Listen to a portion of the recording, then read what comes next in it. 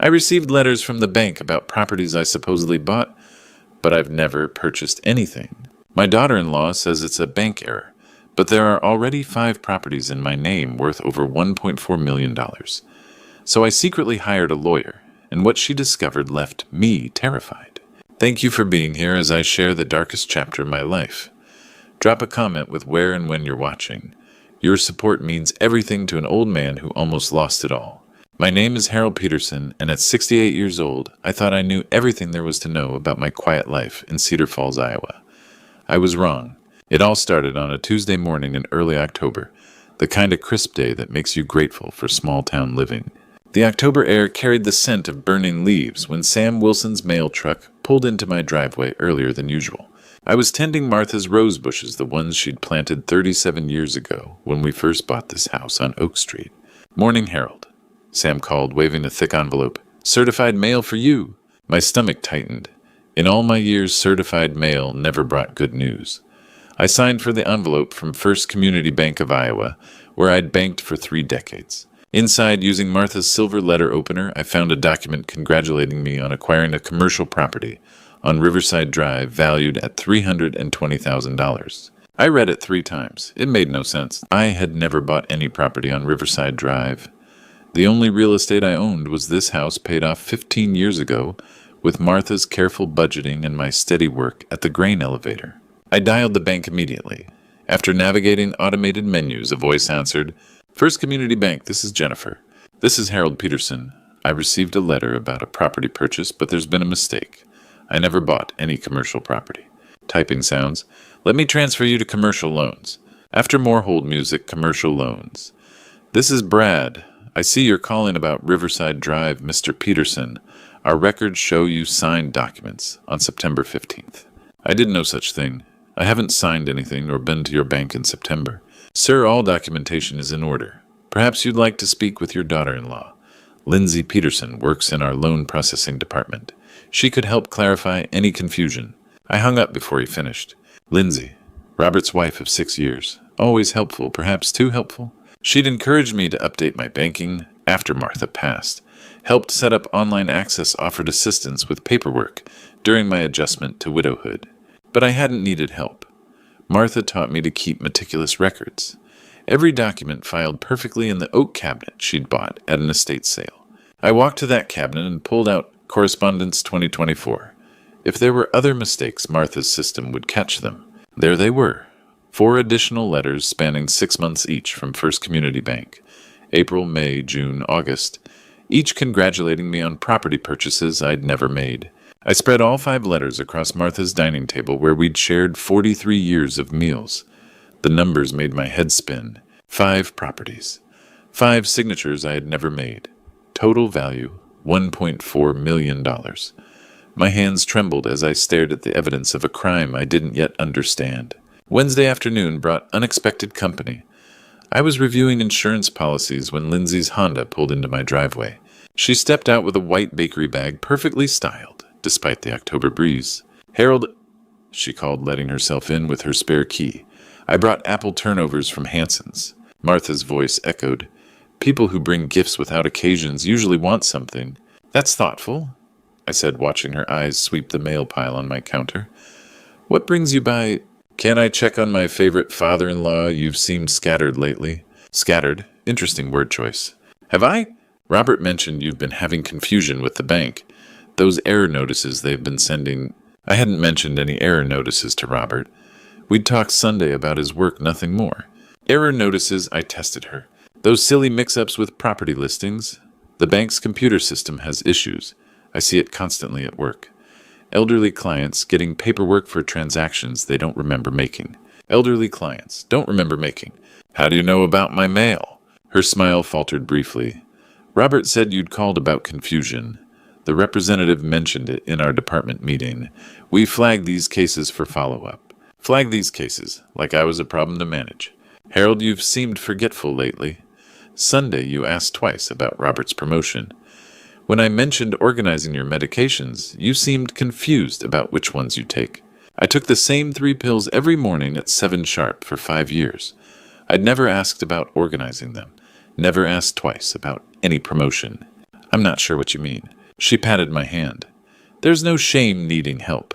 We all get older. Things become overwhelming. Maybe it's time to consider simpler living arrangements with less maintenance, such as Robert and I discussed this. Senior communities in Des Moines have independent living with support services. You'd have your own apartment, but help available if needed. What about this house? We'd handle everything. The sale paperwork, moving, completely stress-free.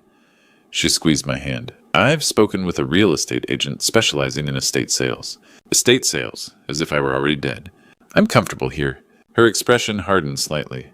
Harold, I worry about you alone in this big house. What if you forgot the stove, or... She let implications hang. I manage fine. Of course. Her voice carried patronizing sweetness.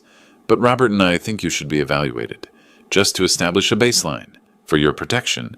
After she left, I sat in Martha's reading chair, watching her Honda disappear down Oak Street. The turnovers sat untouched. I replayed our conversation. Lindsay had known about bank letters before I told her anything. She'd mentioned error notices property listings confused elderly clients, while pretending to comfort me about supposed forgetfulness. She hadn't come to check on me. She'd come to check on what I knew. Thursday morning found me driving toward Des Moines before dawn. I hadn't told anyone about this trip. Martha's voice guided me. When something smells rotten, don't ignore your nose. Catherine Sullivan and Associates occupied the 7th floor of a downtown glass building. I'd found her name under Elder Law in the directory. Catherine Sullivan was a woman in her 50s with steel gray hair and intelligent eyes. She listened without interruption as I spread the 5 bank letters across her desk. Mr. Peterson, how long have you been receiving these? 6 months. The first came in April. She turned to her computer. Let's check 1247 Riverside Drive. Her fingers flew across keys. That property exists? Purchased 4 months ago for $320,000. Deed shows your name as owner. My stomach dropped. That's impossible. Here's what's interesting. She clicked through screens. It was immediately leased to Midwest Property Management. Rental income is being deposited into an account at First Community Bank. An account I'm betting you can't access. How can that be? Someone with your personal information and banking relationships can accomplish quite a lot. She pulled up another screen. Elm Street property, also real. Also generating rental income you're not seeing? The room felt smaller. Someone's been buying real estate with my name and collecting rent. Exactly. Harold, this isn't random identity theft. This is sophisticated financial exploitation. Someone has systematically used your identity for months purchasing income-generating properties and funneling profits elsewhere. She leaned back, studying me. The coordination required the banking access forged documents. This suggests professional operation. Anyone taking unusual interest in your personal information? Family members, financial advisors. Lindsay's face flashed in my mind. Her bank position, her concern about my mental state, her knowledge of letters before I'd mentioned them. My daughter-in-law works at First Community Bank. Catherine's expression sharpened. In what capacity? Loan processing department. She made a note. Harold, is there any possibility you signed these documents and don't remember? No, I may be 68, but my mind is clear. I've never signed anything related to these properties. Then we have a serious crime. She reached for her phone. I'm calling the FBI. This level of sophistication, the multi-property scheme banking involvement, this isn't just identity theft. This is organized financial exploitation, possibly affecting multiple victims. The FBI, Harold, someone created an entire false financial identity for you, purchased over $1 million in real estate, and established ongoing revenue streams. This is federal crime territory. She dialed from memory. Agent Brooks, Catherine Sullivan. I have a case you need to see immediately. After hanging up, she looked at me with admiration. Most people would have thrown those letters away, assumed bank errors, let family handle the confusion. You didn't. You came here. You're fighting back. My wife taught me to pay attention to details. Smart woman. Catherine gathered the letters. Harold, these aren't bank errors. Someone has been systematically stealing your identity for months, and they're making money from it. Her next words hit like ice water. This level of sophistication suggests inside help. Someone at your bank is involved. Thursday afternoon brought me home from Des Moines, with Catherine's words echoing someone at my bank was involved. I parked in my driveway and stared at my house. the same house where Lindsay had used the guest room as her occasional office, claiming it was quieter than their apartment for remote work. Martha's voice guided me. Evidence tells a story if you know how to read it. The guest room door stood slightly ajar. Afternoon sunlight streamed through the window, illuminating Lindsay's makeshift workspace. I'd always respected her privacy, never entering when she worked here. That courtesy ended today. Her laptop sat closed on the small desk, but beside it lay a leather portfolio I'd never noticed before. My hands trembled as I opened it. Inside were documents, dozens of them. Property appraisals, mortgage applications, and there over and over my signature on papers I'd never seen. But these weren't copies. These looked like originals. I photographed each page with my phone, my hands shaking so badly the first few shots came out blurred. I forced myself to breathe to focus. Martha had taught me to be methodical. Beneath the property documents, I found something that made my blood run cold. A yellow legal pad filled with Lindsay's precise handwriting. The header read, HP Cognitive Decline Documentation. AP, Harold Peterson.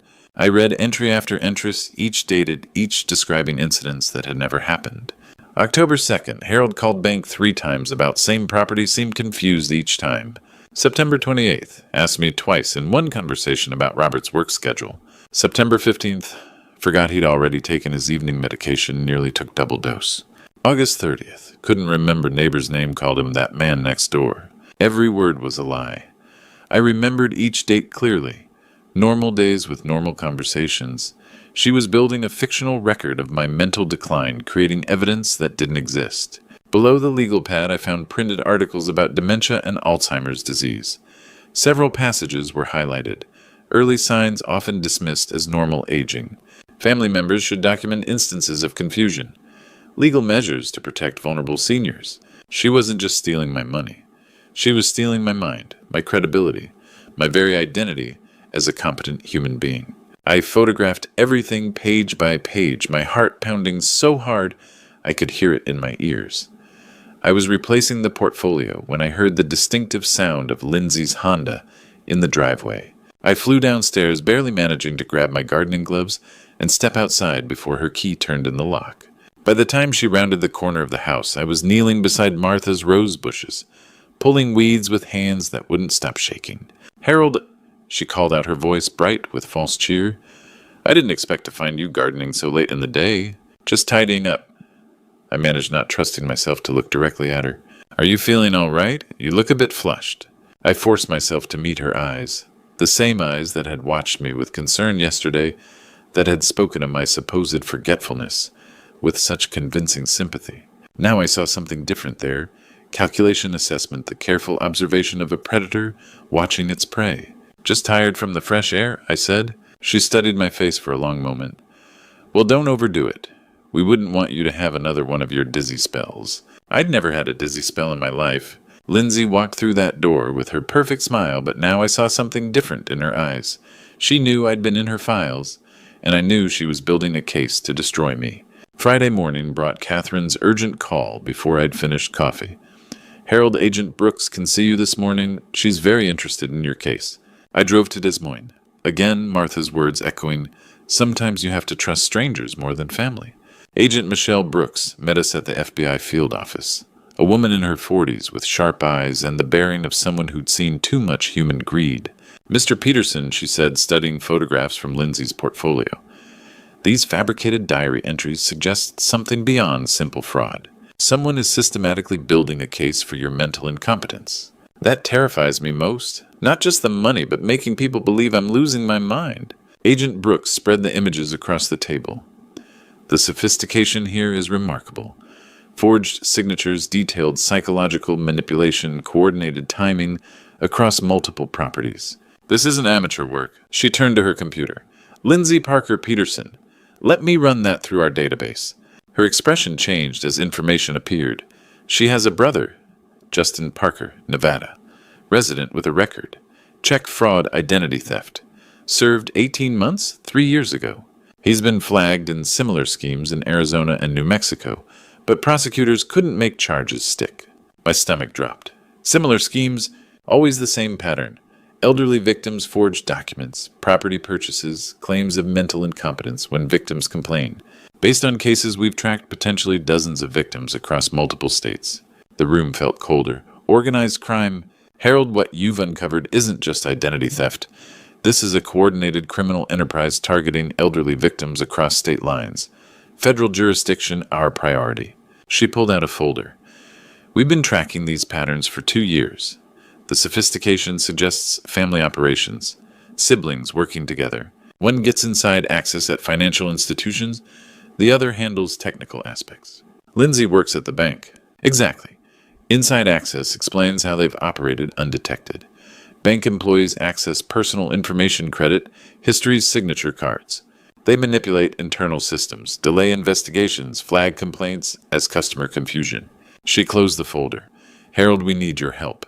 These criminals are still active, still victimizing people. We can arrest them based on your discoveries, but we need more evidence to dismantle the entire operation. What kind of evidence? Recorded confessions, details about methods, other victims' financial arrangements, information people only share when they think they're safe. Catherine spoke up.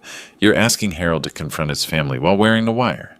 I'm asking Harold to help stop criminals destroying elderly people's lives across multiple states, but only if he's willing. I thought about the fake diary entries, systematic identity theft other victims Agent Brooks mentioned. What do you need me to do? Agent Brooks reached into her briefcase and pulled out a device smaller than a button. Sunday dinner with your family just became a federal investigation. Are you ready to wear a wire? Saturday evening found me alone preparing Martha's roast chicken for tomorrow's dinner, my hands trembling as I chopped carrots and celery. I remembered happier Sunday dinners when Robert was small, when our biggest worry was the Hawkeyes football game, before everything changed. The phone rang as I seasoned the chicken. Catherine's voice was careful. Harold, are you ready for tomorrow? As ready as a man can be to discover if his son chose money over his father. Remember what we discussed. Let them talk. Let them feel comfortable. Truth reveals itself when people think they're safe. After hanging up, I practiced conversations before the bathroom mirror. Lindsay, I know about the properties. Too direct. I've been having banking concerns. Too weak. How do you confront someone systematically destroying your life while pretending to care? My phone buzzed with a text from an unknown number. Old men who ask too many questions get hurt, stop digging, or face consequences. Ice flooded my veins. They knew. Someone was watching, worried enough to threaten me directly. I forwarded the message to Agent Brooks and Catherine. The house felt different tonight, like a stage being set for tomorrow's performance. Every familiar object seemed to watch with expectant eyes. I walked upstairs to our old bedroom, barely entered since Martha passed. Her perfume bottles still sat on the dresser, reading glasses folded beside the lamp. I picked up our wedding photo. 2 young people who believed love conquered everything. Martha, I whispered to her smiling face, tomorrow I find out if our son chose money over his father. I find out if the boy we raised still exists, or if she's taken him too. The silence stretched heavy with 43 years of memories. Martha had always been the strong one, making hard decisions when I wavered. What would she do tomorrow? What would she say to Lindsay, to Robert, to the people who'd invaded our home? I knew the answer. Martha would fight.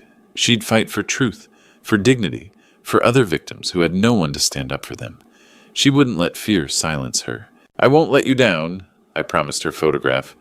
Whatever happens tomorrow, I won't let them win. Sleep eluded me.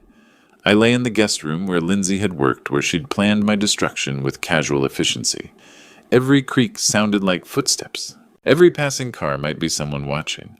At dawn, I rose and made coffee with hands that had finally stopped shaking. Today would bring answers, consequences, possibly the end of my family, as I'd known it. But it would also bring justice for Martha's memory, and for elderly victims who'd been told they were confused, paranoid, losing their minds. Sunday morning arrived with the sound of car doors slamming. Robert and Lindsay were early, and they'd brought someone with them. The mystery guest turned out to be Dr. Mary Phillips, a woman in her 50s carrying a leather briefcase, and the assessing eyes of someone trained to spot cognitive decline. Lindsay made the introductions with practiced smoothness. Dad, this is Dr. Phillips, a geriatric specialist. We thought it might be helpful for you to have a baseline evaluation just for your own peace of mind. Robert stood beside his wife, looking uncomfortable but nodding agreement. Mom always said prevention was better than cure, right, Dad? I felt the small recording device Agent Brooks had given me no bigger than a shirt button taped beneath my collar. Of course. Please everyone sit down. Dinner's almost ready. As we gathered around Martha's dining room table, the same table where we'd shared countless happy meals, Dr. Phillips opened her briefcase and pulled out a folder. Harold, I hope you don't mind, but I'd like to ask you a few simple questions. Nothing invasive, just to establish how you're managing day-to-day activities. Fire away, I said, serving Martha's roast chicken with steady hands.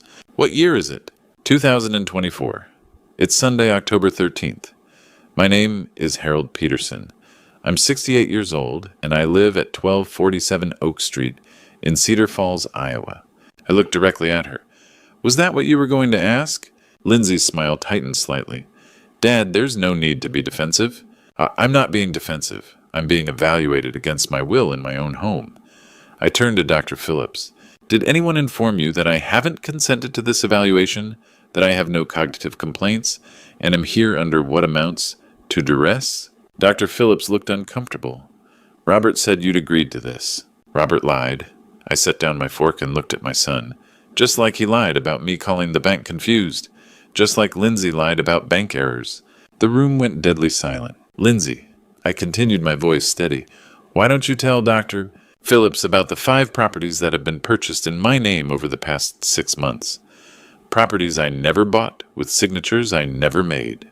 Lindsay's face remained perfectly composed, but I saw her hand tighten on her wine glass. Dad, those were bank errors. I told you I'd handle it. Bank errors. All 5 of them. And the rental income from those properties? Where's that money going? Harold, what are you talking about?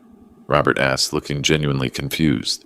I stood and walked to the china cabinet where I'd hidden copies of Lindsay's portfolio. I placed them on the table. This is evidence I found in your wife's files. Forged mortgage documents with my signature on papers I've never seen. And this, I pulled out the yellow legal pad, is Lindsay's handwritten diary of false memory episodes she's attributed to me building a case for my incompetence. Robert stared at the documents, his face draining of color. Lindsay stood slowly. You went through my private files. You had no right. They were in my home. Everything in this house belongs to me, including evidence of crimes committed against me. Harold, Dr. Phillips said carefully, these are serious accusations. They are, and I have more. I looked directly at Lindsay. I also know about Gerald Henderson's offshore accounts. The wine glass slipped from Lindsay's hand, shattering on Martha's hardwood floor. Her face went white as paper. How did you... She started, then caught herself. Gerald promised this was foolproof, didn't he, Lindsay? She began to shake. You don't understand. You're confused. Gerald Henderson is your inside man at First Community Bank. He's been receiving payments for 7 years to cover up your fraud schemes. $340,000 to be exact. Robert was staring at his wife with an expression I'd never seen before, horror mixed with dawning understanding. Lindsay, he whispered, is this true? She turned on him with sudden fury. You stupid fool! Did you think we could afford that house on your engineering salary? Did you think your father's little pension was going to take care of everyone? So you decided to steal it, I said quietly. Gerald got his cut, she screamed, all pretense finally shattered. $340,000 over 7 years. He protected us from inside the bank. He flagged complaints as customer confusion. He approved the loans. Without Gerald covering for us, we never could have... The front door burst open. Agent Brooks entered with 3 other federal agents, weapons drawn. Lindsay Parker Peterson. Agent Brooks announced, You're under arrest for bank fraud, identity theft, elder financial exploitation, and conspiracy. Lindsay's face twisted into something ugly as they approached with handcuffs. You stupid old man, Gerald Henderson made this possible. The whole system was ours. We had judges, bank executives, real estate agents. You've destroyed everything. As they handcuffed her, she lunged toward me. This house should have been ours. You don't deserve it. You're nothing but a useless old... Robert caught her holding her back as she screamed obscenities that made Dr. Phillips gasp. Agent Brooks spoke into her radio. Send the team to First Community Bank. We have probable cause for Gerald Henderson. Monday morning brought news vans lined up on Oak Street and my phone ringing every 30 seconds. The headline on every major network was the same. First Community Bank VP arrested in elder fraud scheme. I stood at Martha's kitchen window, watching reporters set up cameras on my front lawn, and remembered her favorite saying, "Sunlight is the best disinfectant." Catherine arrived before 8, carrying newspapers and wearing the satisfied expression of a lawyer who just won a major case. "Harold, your front page news. Henderson was arrested at his office this morning trying to shred documents. The FBI found evidence of 18 victims across 3 states. 18 people. 18 elderly victims who'd been told they were confused, paranoid, declining. My stomach churned thinking about the others who might never have fought back. By noon, First Community Bank's stock had plummeted 30%. CEO Margaret Winters called an emergency press conference with me standing beside her as the media cameras rolled. First Community Bank failed these victims. Winters said, her voice steady despite the chaos. "We will make this right and ensure it never happens again." The questions came fast and sharp. How long had this been happening? How many employees were involved? What safeguards had failed? I found myself speaking into microphones, telling the story of those first mysterious letters, of Lindsay's manipulation of the fake diary entries, designed to make me question my own sanity. Elder fraud isn't just about money, I told the assembled reporters. It's about stealing dignity, independence, and peace of mind. When someone tells an elderly person they're confused or forgetful, we're trained to believe them. We're taught to be polite, to defer to authority. That makes us perfect victims. The phone calls started immediately. Elderly people from across Iowa, then across the country, sharing their own stories. Bank errors that weren't errors. Family members suggesting assisted living. Sudden concerns about mental capacity. Within a week, 12 more victims had come forward with evidence of Henderson's involvement. The FBI expanded their investigation to include 3 other states where similar patterns had emerged. Margaret Winters visited my home personally with the settlement offer. $12 million in a victim compensation fund. Full restitution for all documented losses. A public apology and acknowledgement of the bank's failures and oversight. "Mr. Peterson," she said, sitting in Martha's living room, "I want you to know that Gerald Henderson has been terminated, and we're cooperating fully with federal prosecutors. We're also implementing new safeguards to prevent this from ever happening again." What about the other victims?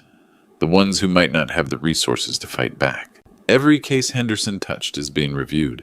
We're reaching out to potential victims, proactively offering free legal assistance and full restitution, regardless of whether they pursue criminal charges. The media attention continued for weeks. I gave interviews to local news stations, national networks, even a documentary crew interested in elder fraud prevention. My story became a cautionary tale, a success story, a rallying cry for elderly rights. But as I watched the coverage from Martha's old chair, I realized this victory came with a price I hadn't fully considered. I'd saved my home and dignity, but lost my family in the process. Robert had called once since Sunday dinner, his voice hollow with shame. "Dad, I don't know how to face you. I don't know how to make this right." Lindsay was in federal custody awaiting trial. Henderson had been denied bail after attempting to flee the country. Justin Parker was arrested in Nevada, the same day caught trying to liquidate shell company assets. The house felt too quiet now, too empty.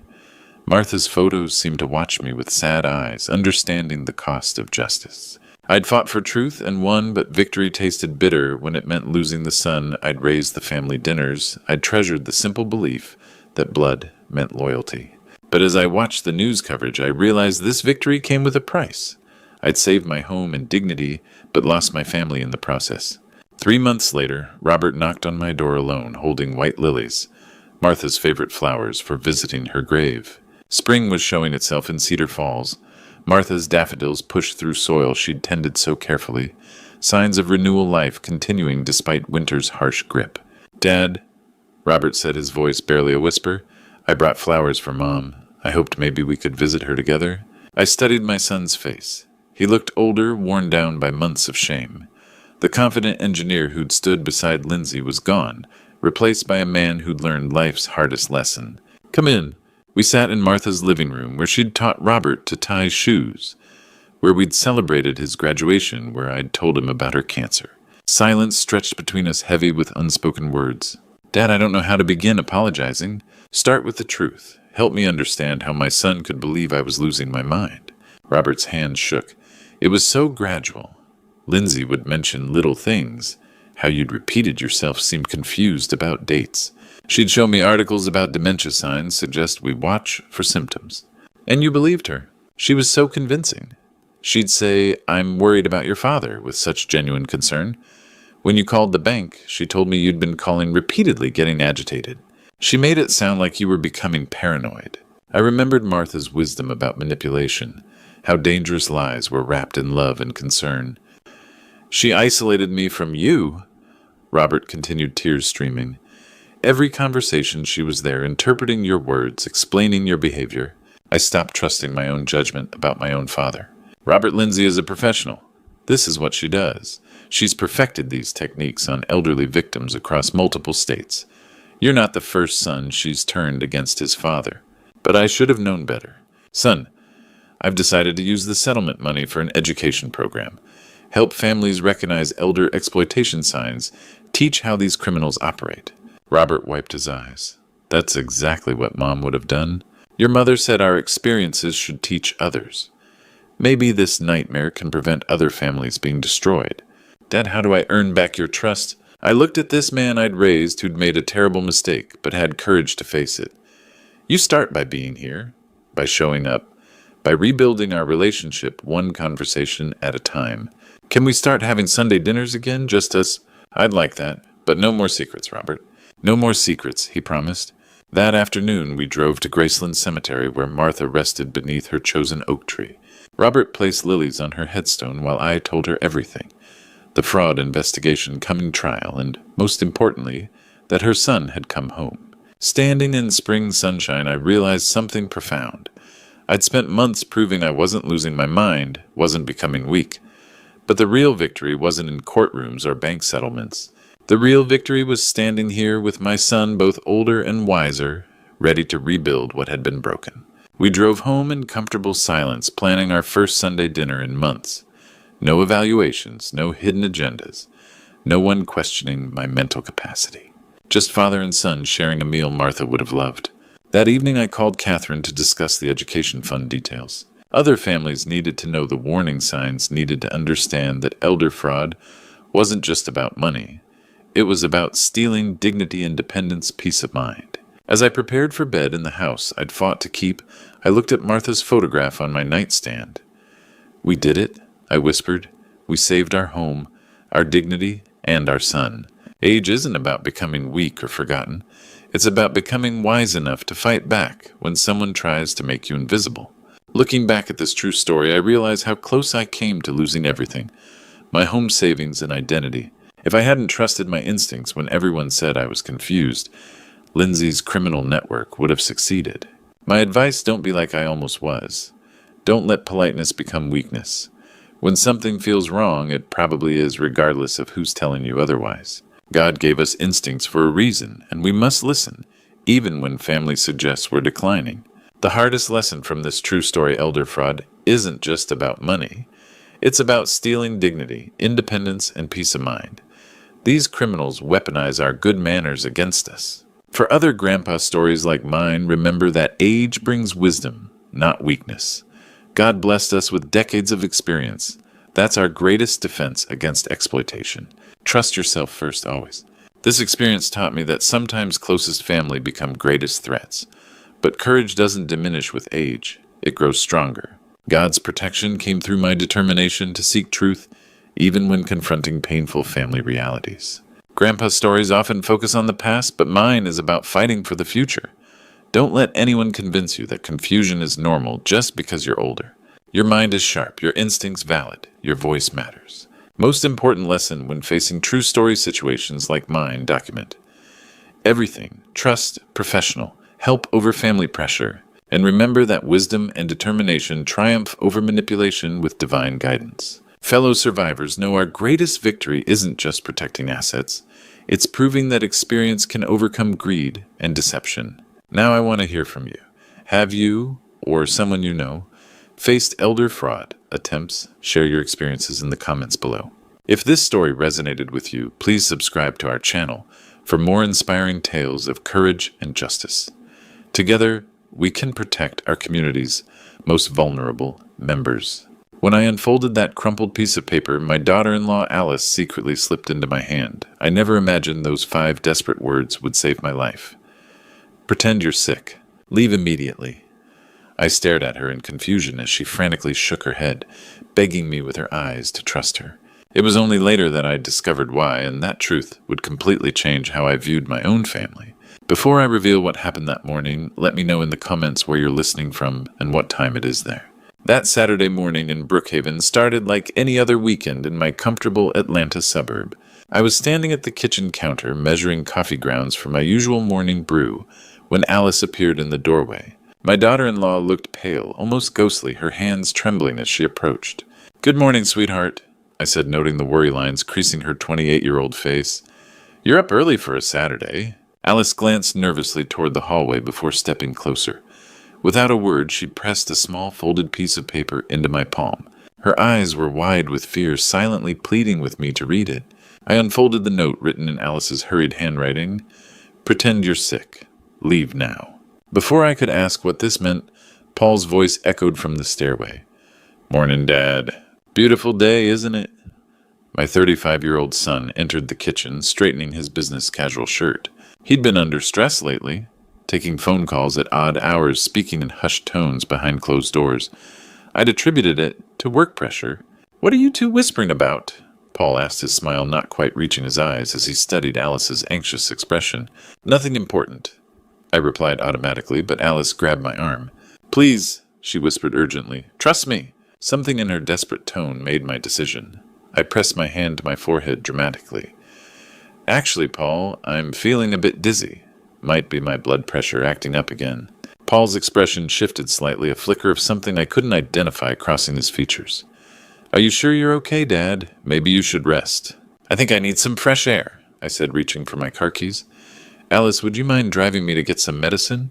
20 minutes later, we sat in my Honda in the parking lot of Piedmont Park, Alice's hands still shaking as she began to speak. "Anthony, what I'm about to tell you will sound impossible, but I need you to believe me." She took a shuddering breath. "Last night, around 2 in the morning, I couldn't sleep. I went downstairs for water and heard Paul on the phone in his office. My chest tightened. "What did you hear?" "He was talking about you. About this morning." Alice's voice dropped to a whisper. "He said, the old man drinks his coffee at exactly 9:30 every Saturday. The symptoms should start within an hour. By 10:30, it'll look like a heart attack. Natural causes." The words hit me like ice water. "Alice, that can't be right. There's more." She pulled out her phone, showing me photographs of bank statements. "Paul owes $450,000 to some very dangerous people. Gambling debts, Anthony. He's desperate." I stared at the numbers, my engineering mind trying to process this information logically. But how would killing me solve his debt problems? Alice's next words made my heart sink into my stomach. "Your life insurance policy, $750,000. He took it out 6 months ago, remember? Said it was to protect the family. The policy I'd signed without reading, carefully trusting my son completely. Now the memory felt like a betrayal of my own common sense. But Alice, even if what you're saying is true, how do you know all this?" She swiped to more photographs on her phone. "Because I've been watching him, Anthony. These are pictures of bank statements from an account you don't know about. He's been transferring money from your savings for months. Small amounts so you wouldn't notice. The evidence was undeniable.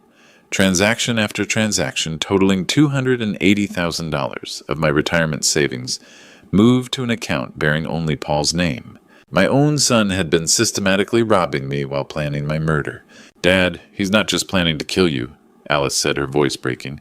He's been stealing from you for months. The weight of Alice's words hit me as we sat in the Honda. My engineering background kicked in. I needed to approach this like solving a complex problem, not panic like a victim. Alice, if we go to police with just your testimony and these photos, what happens? She met my eyes grimly. Paul will say I doctored them. He'll claim I'm unstable, maybe even that I'm the one stealing. I nodded. My son had always been persuasive. He'd convinced me to sign that insurance policy, give him account access for easier management. How long had he been planning this? We need physical proof, I said, shifting into problem-solving mode, something that can't be explained away. The poison, Alice replied immediately. If he's using it this morning, it's in the house. Plus more financial documents, maybe communications with his creditors. I checked my phone, 9:15. According to Alice's timeline, I should be drinking poisoned coffee in 15 minutes. You know his office layout. Where would he hide poison?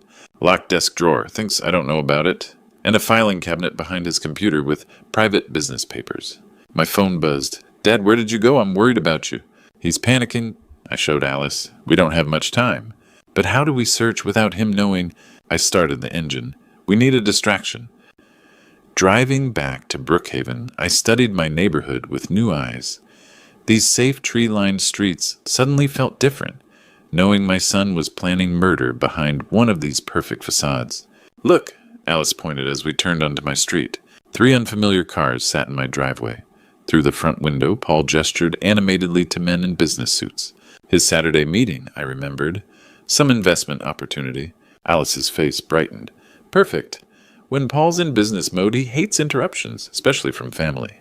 I parked 2 houses down to observe. The men looked serious professional, demanding Paul's full attention. Here's the plan. I said my mind working like a blueprint. I go in front, join their meeting. Play the concerned father, feeling better interested in Paul's ventures. Keep him occupied. I'll use the back door, Alice added. I know where he hides the spare key. We sat quietly, understanding the magnitude of our plan. If Paul caught us searching his papers, if he realized we knew, Alice, if something goes wrong, if he suspects anything, run. Don't worry about me, just get out and call police. She squeezed my hand. We'll find the proof, Anthony. We have to. Through the window, Paul laughed, with his guests playing the successful businessman perfectly. The same charm he'd used to manipulate me for months. I checked my watch. We have maybe 30 minutes while he's busy. If we're going to do this, it has to be now. The familiar warmth of my own home felt alien as I stepped through the front door, knowing what I now knew about my son. The sound of animated conversation drifted from the living room, where Paul's voice carried that confident tone he used when trying to impress potential investors. Gentlemen, I announced, entering the room with what I hoped looked like a recovering man's cautious optimism. I'm feeling much better. Don't mind me, I'm just curious about Paul's latest venture. Paul's head snapped toward me, surprise flickering across his features before his practiced smile returned. Dad, you look better. Are you sure you should be up? Fresh air worked wonders, I replied, settling into my favorite armchair. Please continue. I'd love to hear about this investment opportunity. The 3 businessmen, expensive suits, serious expressions, briefcases at their feet, nodded politely. One of them, a silver-haired man with sharp eyes, resumed his presentation about market projections and capital requirements. I made appropriate sounds of interest while my heart hammered against my ribs. Through the corner of my eye, I caught a glimpse of Alice moving along the side of the house toward the back door, staying low beneath the windows. For 20 minutes, I played the interested father, asking questions about profit margins and timelines, while Alice worked upstairs. The investors seemed impressed with Paul's answers, but I noticed my son's growing distraction, the way his eyes kept drifting toward the ceiling toward his office. Meanwhile, Alice had slipped through the back entrance and navigated to Paul's office. Her hands shaking, she'd systematically searched his desk, finding the unmarked amber vial hidden in the locked bottom drawer. She'd photographed financial documents showing systematic transfers from my accounts correspondence about gambling debts. And most damning of all, Paul's handwritten murder timeline. Saturday planned coffee at 9:30 a.m. Symptoms begin 10 d'aljo. Call 911 at 10:45. Too late for intervention. Actually, gentlemen, I said, checking my watch and seeing Alice's signal from the hallway. A quick thumbs up indicating she'd found what we needed. I'm starting to feel a bit tired again. Would you mind if I went upstairs to rest? This has been fascinating, but I don't want to overdo it. Paul's expression shifted slightly. Of course, Dad. You should take it easy. Don't let me interrupt your meeting, I said, standing slowly. I'll just be upstairs if you need anything. The investors murmured understanding words about recovery and rest as I made my way toward the staircase. But instead of going to my bedroom, I slipped quietly into Paul's office where Alice was just finishing photographing the last document. Did you get everything? I whispered. She nodded, showing me the images on her phone. The poison vial, the financial records, the murder timeline. This is enough to prove everything. We stood there for a moment, both understanding that we now held evidence that could save my life and put Paul in prison. But as we prepared to leave the office, we heard Paul's voice from downstairs closer to the stairway than before. "I'll just check on my father quickly," he was saying to his guests. "Make yourselves comfortable." Alice and I froze as footsteps began climbing the stairs. We'd been in the office longer than planned, and Paul's suspicion had finally overcome his business focus. "He's coming," Alice breathed. The footsteps reached the top of the stairs, paused, then began moving deliberately toward the office. There was nowhere to hide, no back exit. No explanation that would satisfy Paul if he found us together surrounded by his private papers. The office door, which we'd left slightly ajar, began to swing open wider. "What the hell are you two doing in here?" Paul stood in the doorway, his face a mask of cold fury as he took in the scene. His father and daughter-in-law standing beside his open desk drawer. Alice's phone still in her hand. The evidence of his crimes spread across his workspace. The silence that followed Paul's question felt like a death sentence. His eyes moved from Alice's phone to the open desk drawer, to the scattered papers, taking in every detail of our search with calculating precision. "I was looking for aspirin," Alice said, her voice remarkably steady. "Anthony had another headache, and I thought you might have some in your desk." Paul's laugh was cold, humorless. "In my locked drawer with my private business documents, spread all over the desk." His gaze fell on the damaged drawer lock, the small screwdriver Alice had dropped in her haste. And with my office door lock jimmied open, I stepped forward, trying to draw his attention from Alice. "Son, we were just—" "Shut up." The venom in his voice made me flinch. This wasn't the Paul I'd raised, the charming businessman who'd been entertaining investors downstairs. This was someone else entirely. "Both of you move. Now." Paul stepped aside, gesturing toward the hallway. "We're going to have a little family meeting somewhere more secure." "Paul, please," Alice began. "Move." His voice cracked like a whip, and I saw something dangerous flash in his eyes. Down the hall, the master bedroom. Now, we had no choice. Paul followed close behind as we walked toward my bedroom, his presence like a predator stalking prey. From downstairs, I could hear the confused murmur of his business partners, wondering what was taking so long. "Inside," Paul ordered, pushing us through the bedroom doorway. Unlike his office, this door was solid with a heavy lock that had never been tampered with. "Paul, what are you doing?" I asked, but he was already backing toward the door. "Cleaning up your mess?" he said, his voice eerily calm. "You have no idea what you've stumbled into, either of you." The door slammed shut, and I heard the unmistakable sound of the key turning in the lock. "Paul," I pounded on the solid wood. Paul opened this door, but his footsteps were already moving away back toward the stairs. A few minutes later, his voice drifted up from the living room, smooth and apologetic. "Gentlemen, I'm terribly sorry, but we've had a family emergency. My father's taken a turn for the worse, and I need to handle some personal matters. Could we reschedule for next week?" Alice was examining the door, testing the handle, checking the hinges. "It's solid," she whispered, "and he has the only key." The bedroom overlooked the backyard, a 15-foot drop to the lawn below. Through the window, I watched Paul's investors loading into their cars, shaking their heads with disappointment. "The window," Alice said, moving toward it. "It's our only way out." I looked down at the drop. "Alice, that's too dangerous." "Not if we make a rope." She was already pulling at the heavy curtains, testing their strength. "Help me with these." Working together, we pulled down the thick drapes and stripped the sheets from the bed.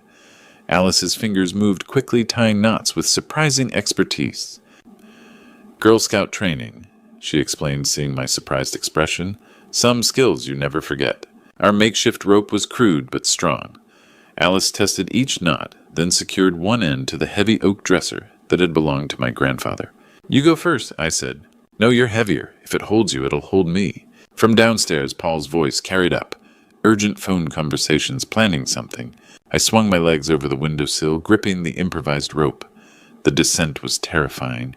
The sheets stretched under my weight, and for a heart-stopping moment, I thought they might tear. But Alice's knots held, and I dropped the final few feet onto the soft grass. Alice followed quickly, her athletic build, making the climb look almost easy. As soon as her feet touched ground, we heard Paul's voice from somewhere in the house. "Going somewhere." We ran, through the backyard, over the low fence, into the neighbor's property, across their lawn, toward the street, where my Honda waited. Behind us, Paul's furious shouts echoed through the quiet neighborhood. I fumbled with the keys as Alice threw herself into the passenger seat. The engine turned over just as Paul burst through the front door, his face twisted with rage. "Drive!" Alice shouted. I floored the accelerator tires, squealing as we shot down the residential street. In the rearview mirror, Paul was running toward his BMW phone pressed to his ear. The chase through Atlanta's suburbs was a nightmare of screeching tires and near misses. Paul drove like a man possessed, ramming our bumper at red lights, trying to force us off the road. This wasn't the careful, calculating son I thought I knew. This was pure violence unleashed. We finally lost him in the crowded parking lot of Lenox Square Mall, ducking between parked cars until his BMW disappeared from sight. Sitting in the mall parking garage, both of us shaking with adrenaline, Alice checked her phone. The photos are still here, all of them. But even as relief washed over me, I knew this was far from over. Paul was out there planning his next move. Sitting in the mall parking garage, I felt the weight of our situation. We had evidence, but Paul had credibility and a lifetime of building the perfect son image. Alice, Paul isn't giving up. He's going to spin this, make us look like the criminals. She nodded, clutching her phone. He's probably already making calls, setting up his version. I scrolled through my contacts. Stephen Clark. We went to Georgia Tech together. He's a criminal defense attorney, now one of Atlanta's best. Stephen answered immediately. Anthony. This is unexpected. Stephen, I need urgent help. My son is trying to kill me, and I can prove it. Pause. Are you serious? Dead serious. Can we meet at your office? I think Paul's about to turn this against us. Come now. Peachtree Center, 15th floor. Downtown Stephen's corner office commanded Atlanta's skyline. He listened intently as I explained our morning from hell. Show me the evidence. Alice handed over her phone. Stephen studied each photo with professional detachment. Poison vial, financial documents, Paul's murder timeline. His expression grew serious. This is substantial, but Anthony, if Paul is as calculating as you describe, he's not sitting idle. My phone rang. Unknown number. Mr. Garcia, Officer Pierce, Atlanta PD. We've received a concerning call about your welfare. Your son Paul is very worried. My blood chilled. Officer, I'm fine. I'm with my attorney. We'd like to do a welfare check. Where are you? Stephen was already reaching for his phone. Peachtree Center. We'll be right there. Your son is concerned about your mental state and some behavior from your daughter-in-law. The line died. Stephen spoke rapidly to someone about police procedures and client rights. They're coming, I told Alice. Paul contacted them first. What did he say? Probably that I'm having a breakdown, that you're manipulating me. He's flipping the script.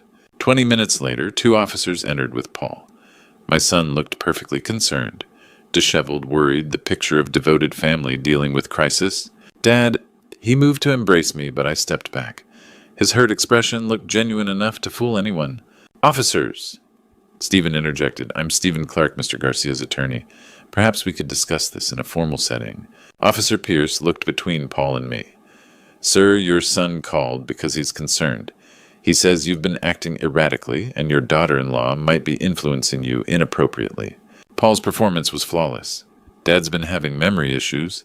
Alice has been taking advantage of his condition. This morning they disappeared, and I found evidence someone broke into my office. That's a lie, Alice said quietly, but lacked Paul's confident authority. Officers, Stephen said, this requires more investigation than a welfare check. I suggest we all go to the station for proper legal proceedings. Pierce nodded. That's best. We can sort this out there. Walking toward elevators, Paul fell beside me.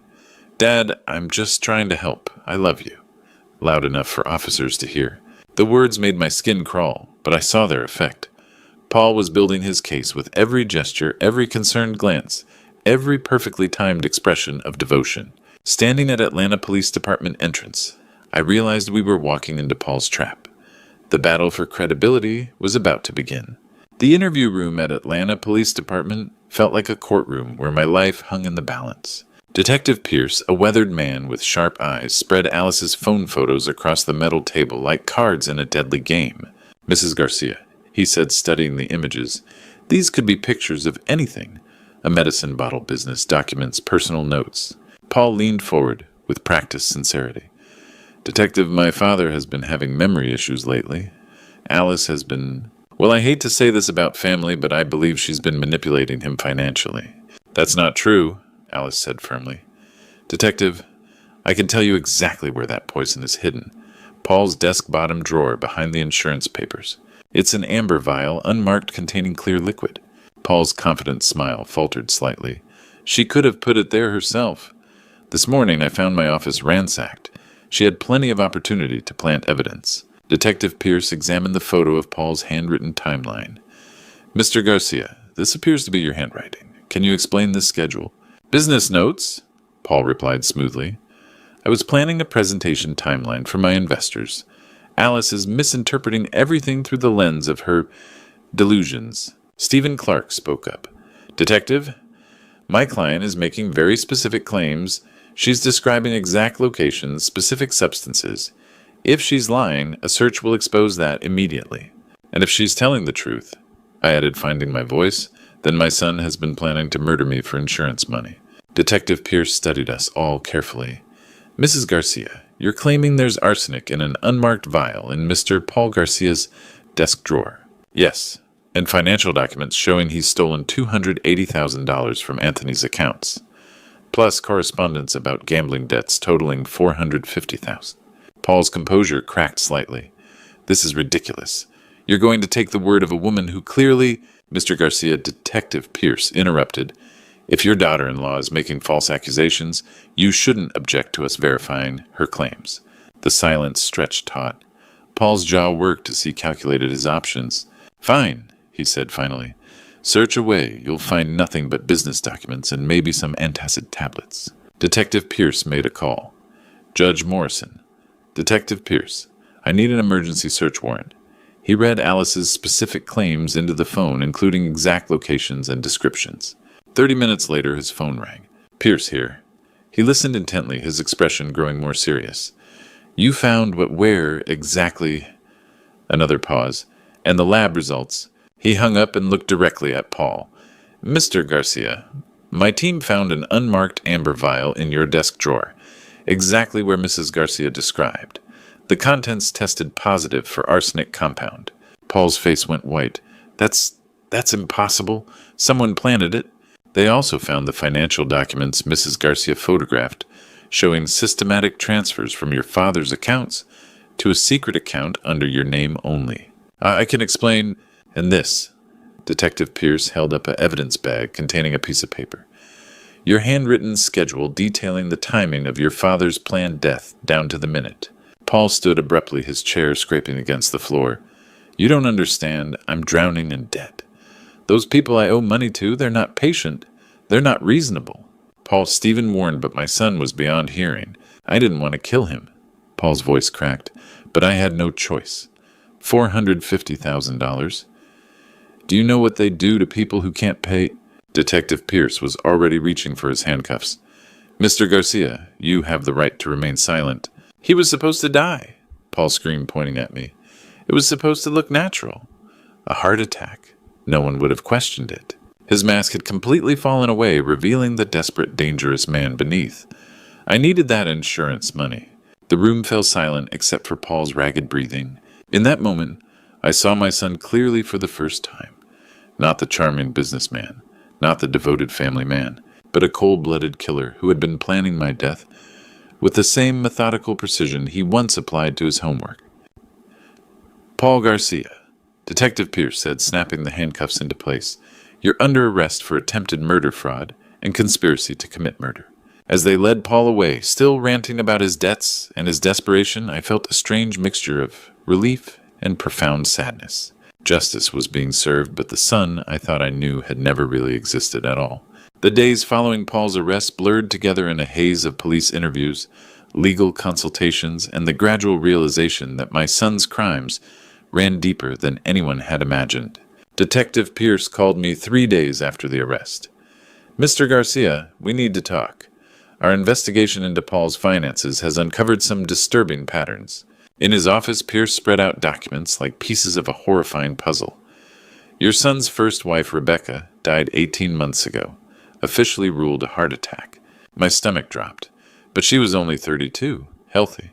That's what caught our attention. Same age range as you, same insurance payout structure, same mysterious financial troubles beforehand. Pierce pulled out more files. We've requested an exhumation. The forensics results came back a week later. Rebecca Garcia had died from arsenic poisoning administered over several weeks to mimic a gradual heart condition. The same methodical approach Paul had planned for me. There's more, Pierce continued.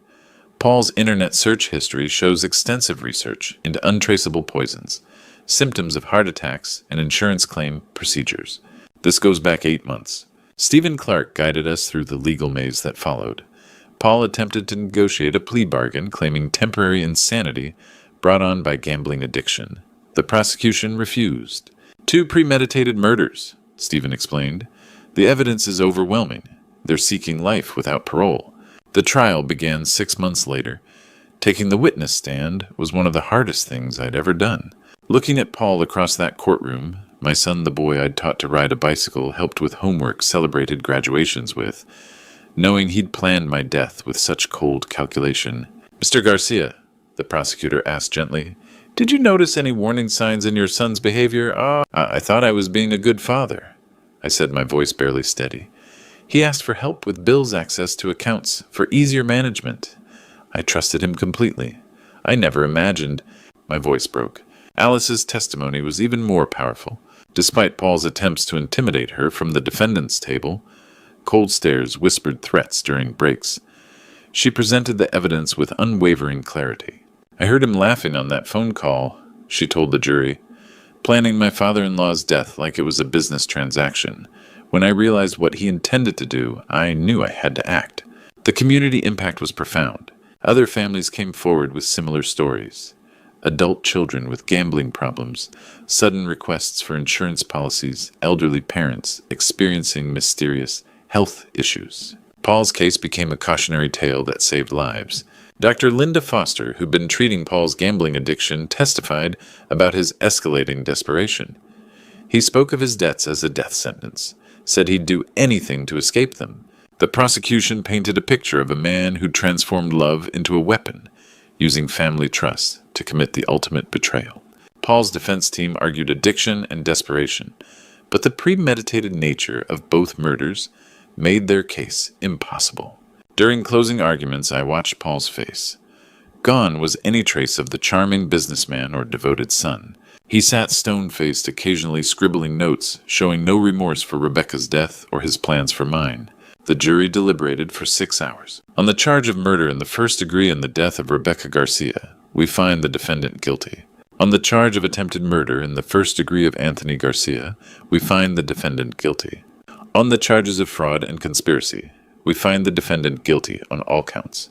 Paul showed no emotion as the judge sentenced him to life without possibility of parole. As the bailiff led him away, he looked at me one final time. No apology, no acknowledgement of what he'd done. Just cold calculation, even in defeat. Outside the courthouse, Alice and I stood in the Atlanta sunshine, feeling something we hadn't experienced in over a year. Safety. "It's over," she said simply. Yes, I agreed. "It's finally over."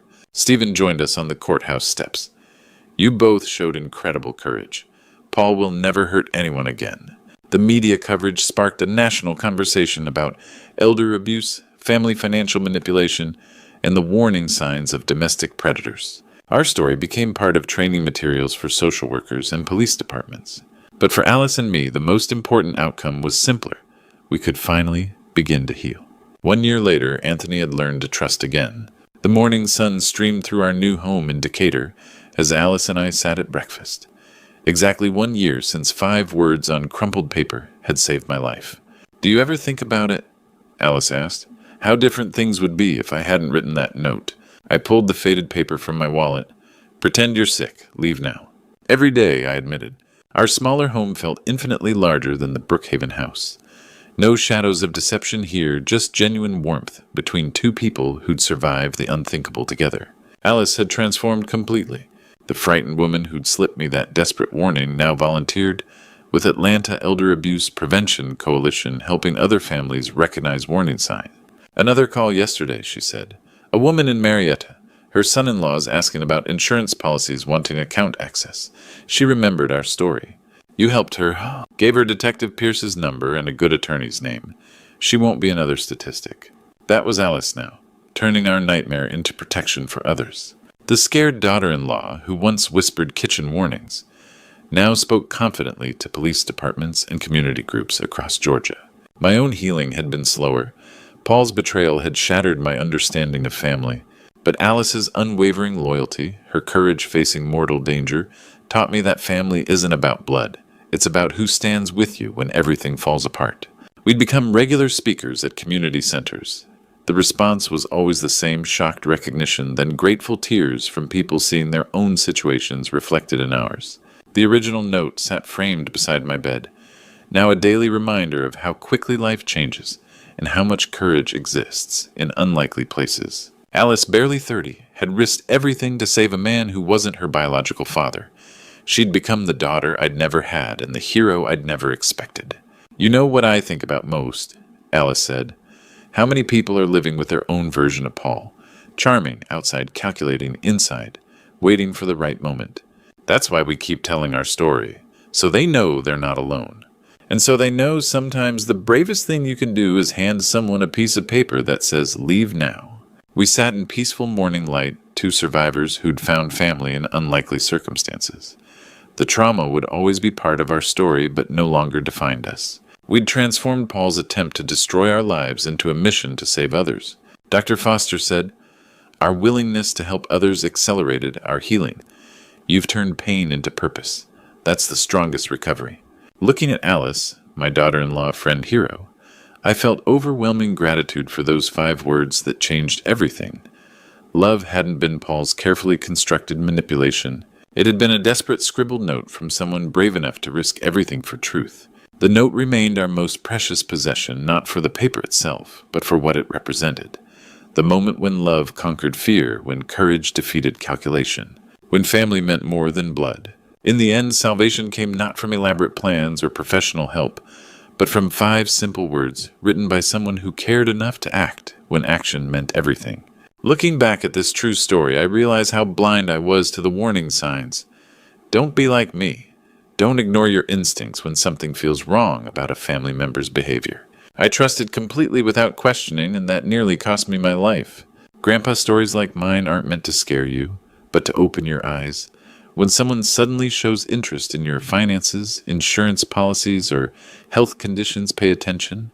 When they isolate you from other family members, or make you dependent on them alone, that's a red flag. God protected me through Alice's courage that morning. The Lord works through people who care enough to risk everything for truth.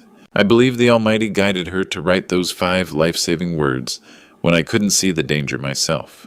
The hardest lesson from this true story is that evil can wear the most familiar faces.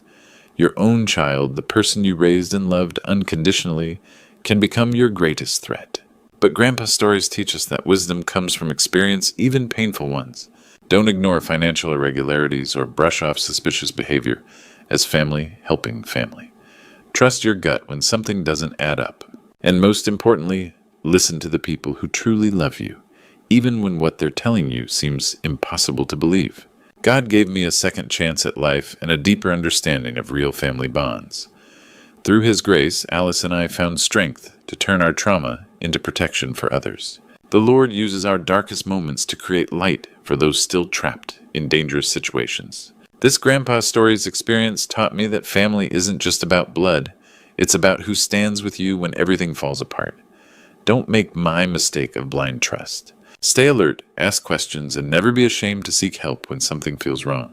If this story opened your eyes or reminded you to trust your instincts, please hit that subscribe button and share it with someone who needs to hear it. Drop a comment below telling me where you're watching from. Your engagement helps these important stories reach more people who need them. Together, we can protect our families from hidden dangers.